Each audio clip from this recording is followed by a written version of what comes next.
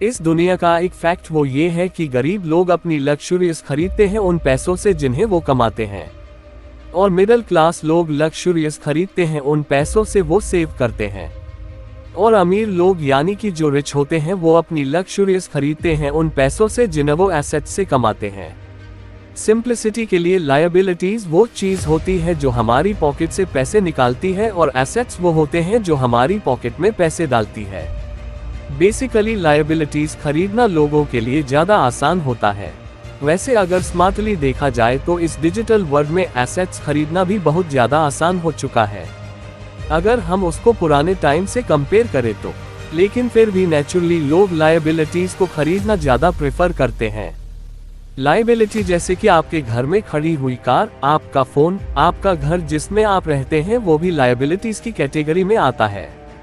Assets कई तरह के हो सकते हैं। आपके पास अगर आपका कोई खुद का रेंट पे दिया हुआ अपार्टमेंट है तो वो आपके लिए एक एसेट है। किसी कंपनी का स्टॉक है तो वो भी आपके लिए एक एसेट्स है। और जैसे कि मैंने बताया था, आज के इस डिजिटल वर्ल्ड में एसेट्स को अर्न करना बहुत ज्यादा इजी हो चुका है। अगर आपका खुद का कोई ब्लॉग या वेबसाइट है वो भी आपके लिए एसेट्स है। आपका खुद का यूट्यूब चैनल है वो भी आपके लिए एक एसेट है। इन शॉर्ट, एसेट्स एक वो चीज है जो पैसिवली आपके लिए इनकम जनरेट करके देती है। और मैं आपको ये नहीं बोल रहा हूँ कि लायबिलिटीज बहुत बुरी चीज है, यह आपको अपनी सारी लायबिलिटीज बेच देनी चाहिए। मैं बस आपको एक इम्पोर्टेंट डिफरेंस जो हम सबके माइंडसेट में होता है उसके बारे में बताना चाहता हूँ। सभी लोगों में पैसों को लेकर अलग अलग तरह का नजरिया होता है।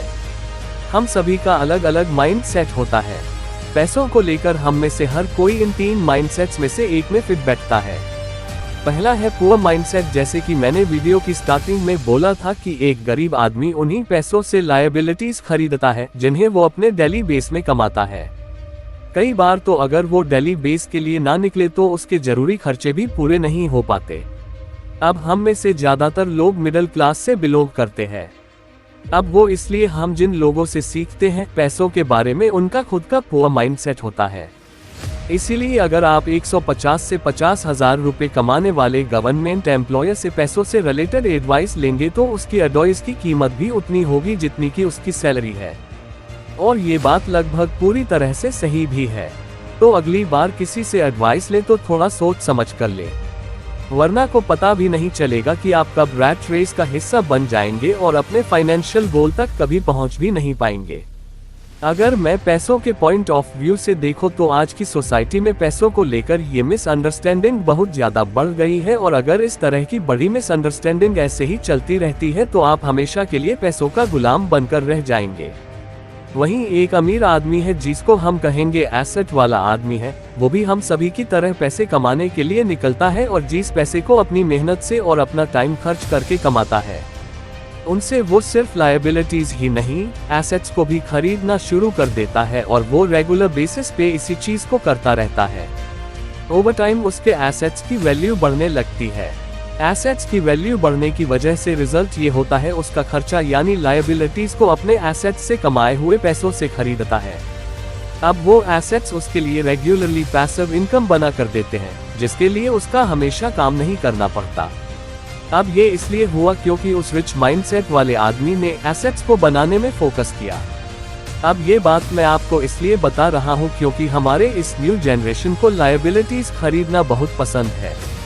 कई लोगों को लगता है कि महंगे कपड़े खरीदना, यह एक अच्छी बाइक लेना या फिर बहुत ज्यादा कॉस्टली स्मार्टफोन खरीदना एक एसेट्स है, लेकिन वो एक लायबिलिटी का हिस्सा है। अब वो आपके ऊपर है कि आप एसेट्स पे ज्यादा फोकस करते हैं या लायबिलिटीज पर। आप चाहे तो जाकर एक लैम्बोर्गिनी खरीद सकते हैं, लेकिन आपको समझना चाहिए कि एक लायबिलिटी का हिस्सा है, एसेट्स तो बिल्कुल भी नहीं। वैसे आज की डेट में ये बहुत ज्यादा कॉमन हो गया है।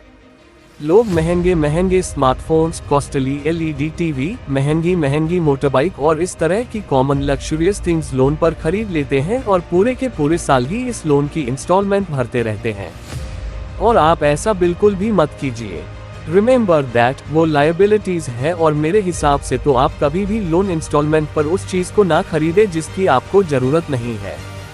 इस हैबिट से दूर रहें, वरना ये हैबिट आपको फाइनेंशियल फ्रीडम तक तो नहीं लेके जाएगी, लेकिन आपको फाइनेंशियली वीक जरूर बना देगी। इन शॉर्ट लेसन यही है कि अमीर लोगों के पास एसेट्स होते हैं और गरीब लोगों के पास लायबिलिटीज होते हैं। अमीर लोग एसेट्स खरीदते हैं और गरीब लोगों के पास हमेशा एक्सपेंसेस होते हैं, और मिडिल क्लास लोग लायबिलिटीज खरीदते हैं और उन्हें लगता है कि वो एसेट्स से उन्हें ऐसा लगता है कि जैसे वो अमीर होते जा रहे हैं। अब मैं आपको एक बात कहना चाहता हूँ, पॉइंट ये नहीं है कि आप अपनी लाइफ की सारी लग्जरी छोड़ दीजिए। अमीर लोग अपने लग्जरी खरीदते हैं उन पैसों से जो उनके रिटर्न ऑफ इन्वेस्टमेंट होता है। इसीलिए अगर आपको एक फैंसी कार खरीदनी है तो खरीद लीजिए, लेकिन सिर्फ अपने रिटर्न ऑन इन्वेस्टमेंट से। अंत में यही कहना चाहता हूँ कि लायबिलिटी से पहले एसेट्स बनाएं।